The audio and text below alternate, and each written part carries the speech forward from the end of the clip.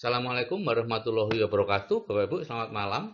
Saya malam ini akan menyampaikan tentang Train Entrepreneur. Ini adalah revisi 26 Juni 2019.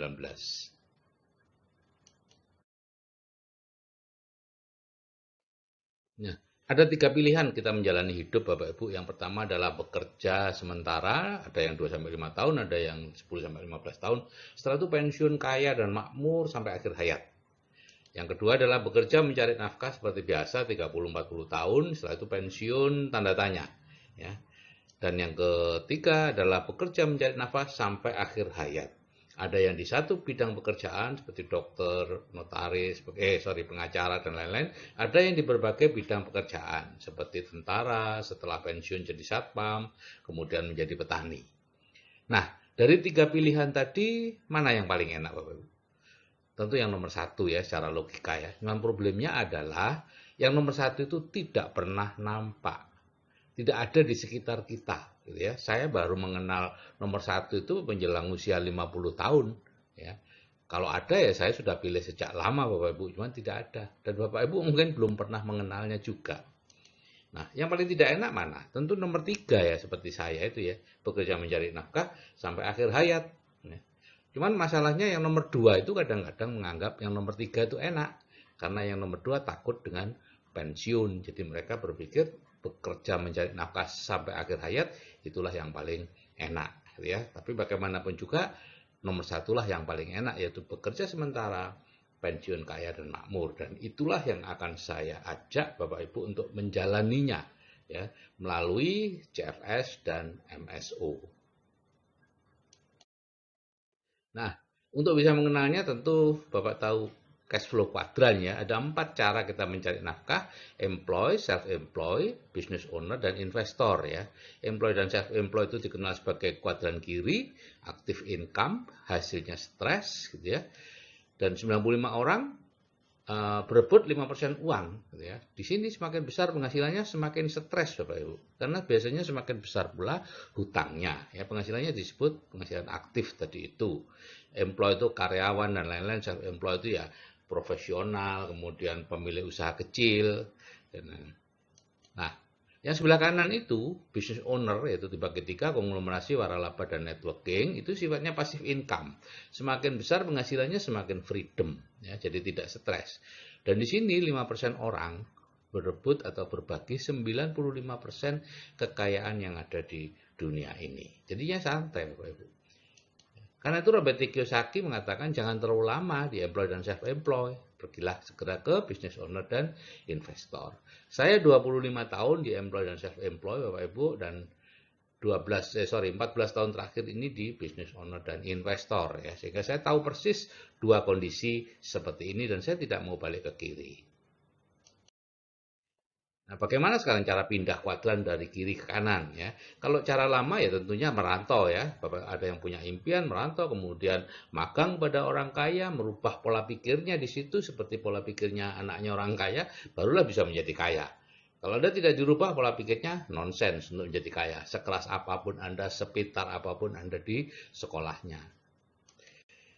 Nah, cara baru adalah diberi impian baru masuk ke dalam bawah sadarnya, di Building the Dream dengan mendengarkan 2 ATBS, kemudian masuk ke seminar MSO atau seminar inspirasi dan visi, dan setelah itu Anda silakan mau menjadi train entrepreneur, kita bimbing di CAA menjalankan sebuah bisnis atau tidak ya terserah saja, dan dari situlah menjadi kaya. Nah, masalahnya adalah pada ego Bapak Ibu ya. Jadi sebenarnya kalau pola pikirnya kaya itu baru, maka dia akan mempunyai pola pikir atau apa namanya baru bisa mengerjakan bisnis-bisnis kuadran kanan yaitu business owner dan investor. Kalau punya pola pikir miskin maka biasanya tertarik dengan bisnis-bisnis kuadran kiri, menjadi karyawan, menjadi pegawai, pengusaha kecil gitu ya.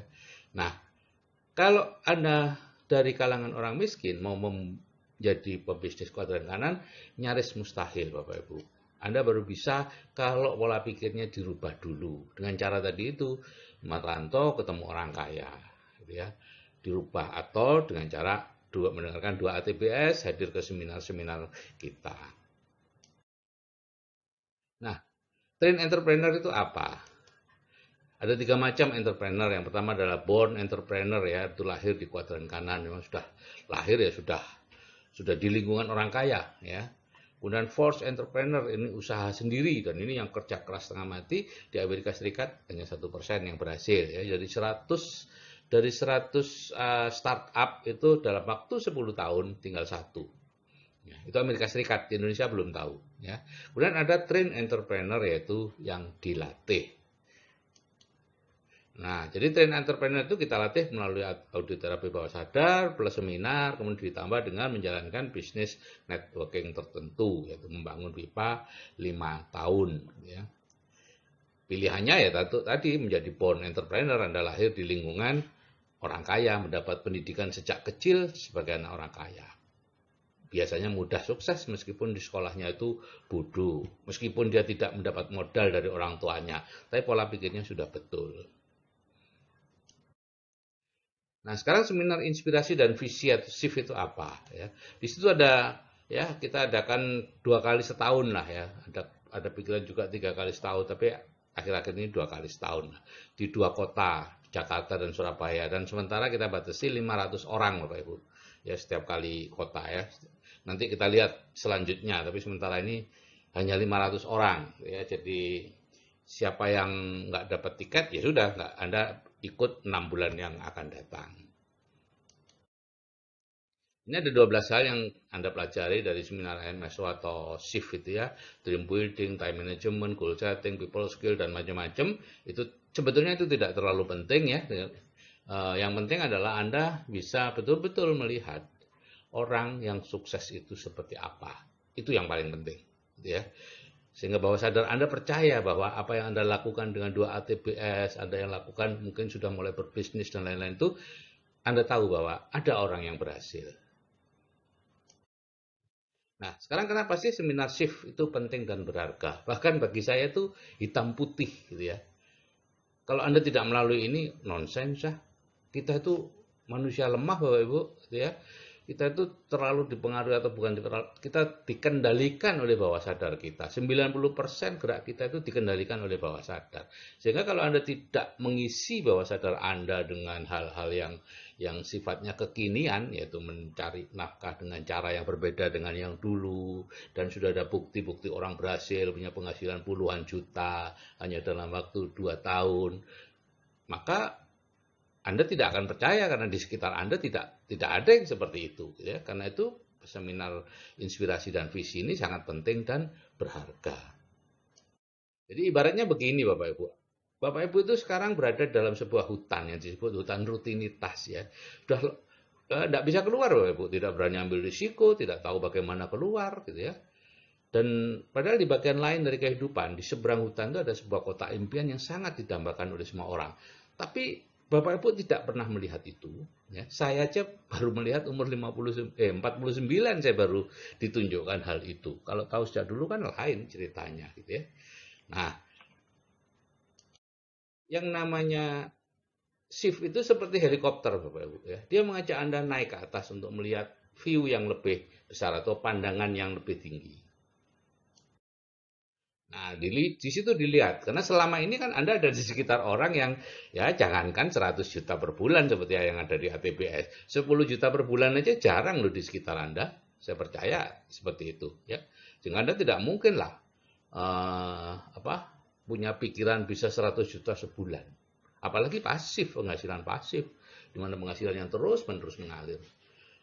Tapi sebetulnya Anda bisa, memang problemnya yaitu tadi, bahwa sadar Anda tidak percaya.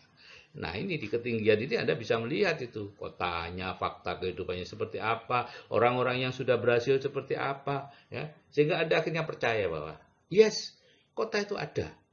Yes, kehidupan seperti itu ada. Ya, saya bisa ke sana. Masa Pak Kosin yang petani aja bisa, masa Pak Rohmat yang, mohon maaf, kuli batu, tidak lulus SD, lulusan SD aja bisa. Masa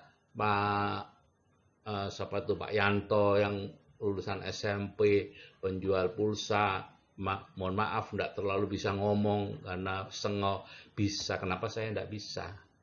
Itu yang perlu Bapak Ibu lihat. Kalau itu bisa Bapak Ibu lihat, Bapak Ibu bisa tangkap, bahwa sadar Bapak Ibu nangkep bahwa bisa, akan ngejar ya, bisa menjadi motivasi yang kuat untuk berubah. Dan Bapak Ibu tentu diturunkan lagi kembali ya, jadi keluar dari hutan rutinitas itu Anda tetap aja di dalam situ, tapi Anda sudah punya harapan, kepercayaan, keyakinan, dan hasrat untuk menuju ke kota impian Anda itu. Soal bagaimana caranya, Anda akan tahu di seminar MSO itu, ya di shift itu Anda tahu. Anda bisa tahu di WA juga kita ajarin, tapi percuma aja itu cara, itu hanya cara Bapak Ibu ya. Yang penting bukan cara, tapi tujuannya sudah Anda lihat.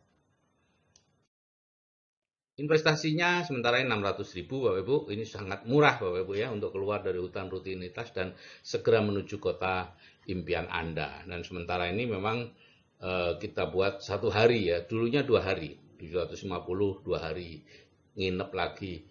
Tapi ada batasan-batasan dari perusahaan, akhirnya dipastikan 600.000 ya.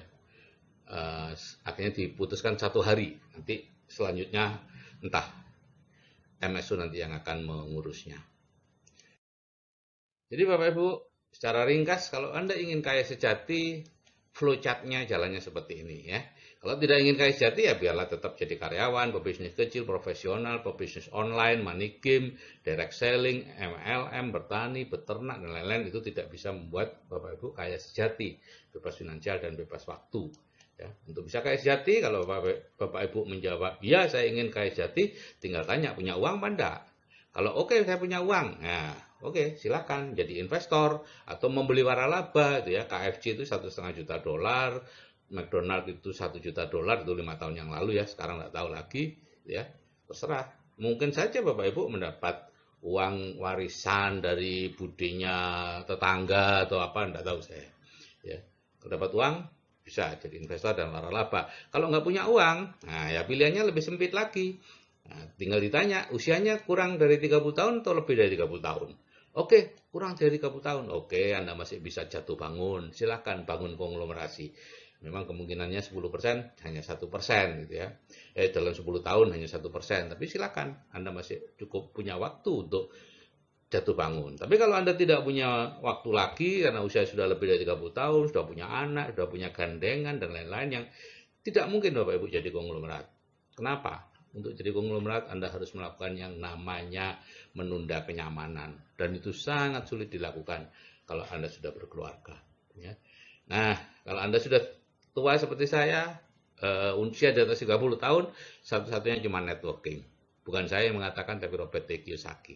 Ya. Itulah Bapak Ibu.